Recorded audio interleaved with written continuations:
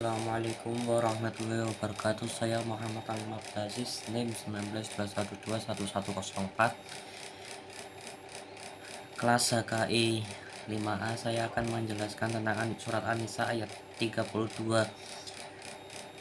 Walat tatamannaw ma fadlallahu bi ba'dukum ala ba'dih lirrijali nasibam mimma tasabu walin nisa'i nasibum mimma tasaban wa nasallahu min fadli innallaha kana bikulli syai'in alima.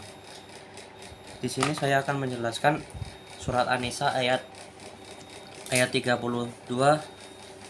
yang dijelaskan bahwa janganlah iri hati jika yang turunnya surat An-Nisa ayat 32 di atas berkenaan dengan perkataan istri Nabi Shallallahu Alaihi Wasallam. Ayat ini seakan menyatakan setiap jenis kelamin atau bahkan setiap orang, bagi laki-laki ataupun perempuan memperoleh anugerah Allah Subhanahu wa Ta'ala dalam kehidupan dunia ini adalah imbalan usahanya dan atau atas dasar haknya seperti warisan.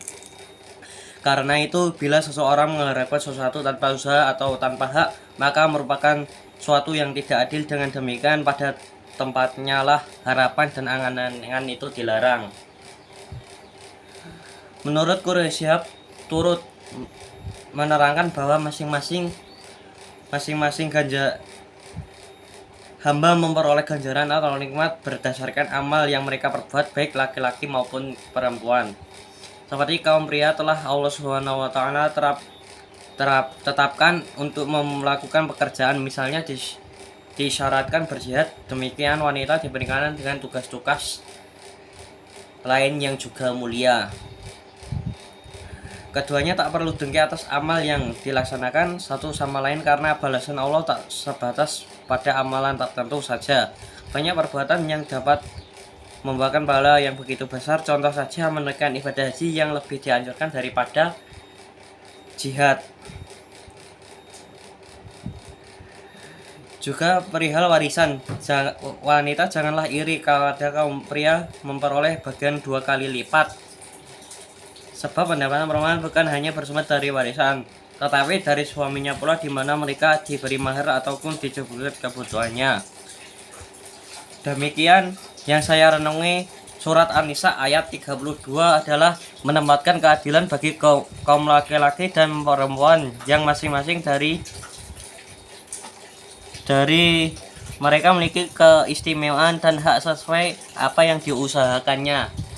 Yang kedua adalah saya akan menjelaskan surat At-Tolak ayat 7. Saya akan menjelaskan surat At-Tolak ayat 7.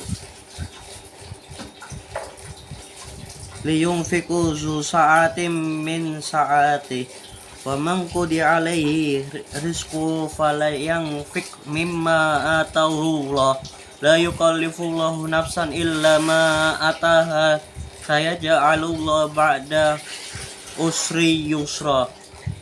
Saya akan menjelaskan surat At-Tolak ayat 7 dan dijelaskan bahwa seorang suami menafkahi seorang istri. Surat ini menjelaskan tentang kewajiban memberi nafkah. Dalam hal ini yang dimaksud adalah suami yang menafkahi istrinya. Kita menghasilkan seorang suami yang memberikan nafkah kepada seorang istri.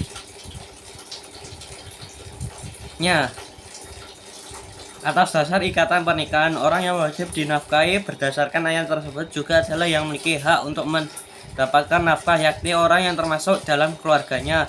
Mereka adalah istri, anak-anak, budak atau pembantu rumah tangga. Dan dimaksud di sini adalah nafkah seorang berkonotasi dengan materi. Dalam dijelaskan seorang anak juga berhak mendapatkan nafkah, yaitu memenuhi kebutuhan pokok. Ini juga menjelaskan tentang ukuran kuantitas nafkah yang diberikan dalam mengibarkan nas, seperti yang disebutkan dalam ayat, hendaklah orang yang mempunyai keluasan memberi nafkah seluruh kemauannya dan memberi nafkah dari harta yang diberikan oleh Allah Subhanahu wa taala. Di sini adalah semua orang memiliki kemampuan hendaknya memberikan nafkah dengan didasari kemampuannya. Orang yang terbatas rezekinya juga cukup memberikan nafkah sebagaimana adanya yang Allah berikan kepadanya.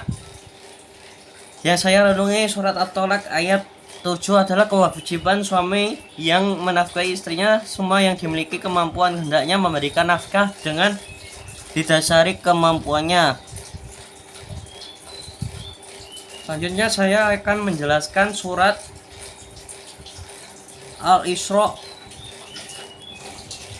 ayat 23 yang berbunyi, wa qada rabbuka alla ta'budu illa iyya wa bil walidaini ihsana imma yablughanna indal kibara ahaduma aw kilahuma fala taqul lahuma uffin wa la tanhashuma wa qul lahuma qaulan karima.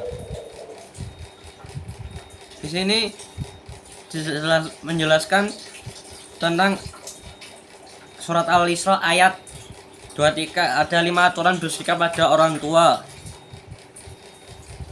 Dilarang mengatakan perkataan yang bersifat meremehkan, menggampangkan atau menganggap kecil. 2. Tidak membentak orang tua dengan kata kasar seperti ah. Yang dilarang saja tidak hanya ah, kata seperti cih dan cis juga dilarang karena berisiko menyakiti dan menyinggung hati orang tua. Yang ketiga, berbicara dengan kecuali dengan perkataan yang mulia. Yang keempat, bersikap tawaduk kepada orang tua dan misalnya rendah hati dan tidak sombong. Mana Al-Isra ayat 23, semua perbuatan yang bisa membuat orang tua sakit hati dilarang dalam Islam. Jika bicara yang menyakitkan tegas dilarang, apalagi memukul atau melakukan tindak kekerasan yang kepada orang tua. Yang saya renungi surat Al-Isra ayat 23 adalah semua perbuatan yang bisa menyakiti orang tua, sakit hati orang tua, menyakitkan atau memukul atau melakukan kekerasan lain kepada orang tua itu tidak boleh. Yang keempat adalah saya akan menjelaskan surat Al-Baqarah ayat 223 yang berbunyi, nisa'ukum harsul lakum fa'tu harsakum anna syi'tum faqaddimu li anfusikum wattaqullaha wa'lamu annakum mulaquh wa basyiril mu'minin. Yang di sini menjelaskan tentang seorang istri merupakan ladang untuk suaminya. Yang dimaksud di sini adalah istri-istri kalian adalah ladang untuk kalian, maka silakan datangi ladang bagaimanapun yang kalian mau. Artinya adalah memakan istri sebagai ladang, artinya istri-istri kalian itu tempat tertanam benih, bagaimana hanya ladang yang ladang sebagai tempat petani menanam benih-benih padi yang kemudian mengeluarkan tanamannya. Kalau Allah mengatakan silahkan kalian datangi ladang sesuai dengan kemauan kalian selama pada kemaluan, bukan pada duburnya, karena mendatangi pada dubur adalah perkara yang diharamkan dalam syariatnya. Demikian dari saya, bila ada yang kurangnya mohon maaf. Assalamualaikum warahmatullahi wabarakatuh.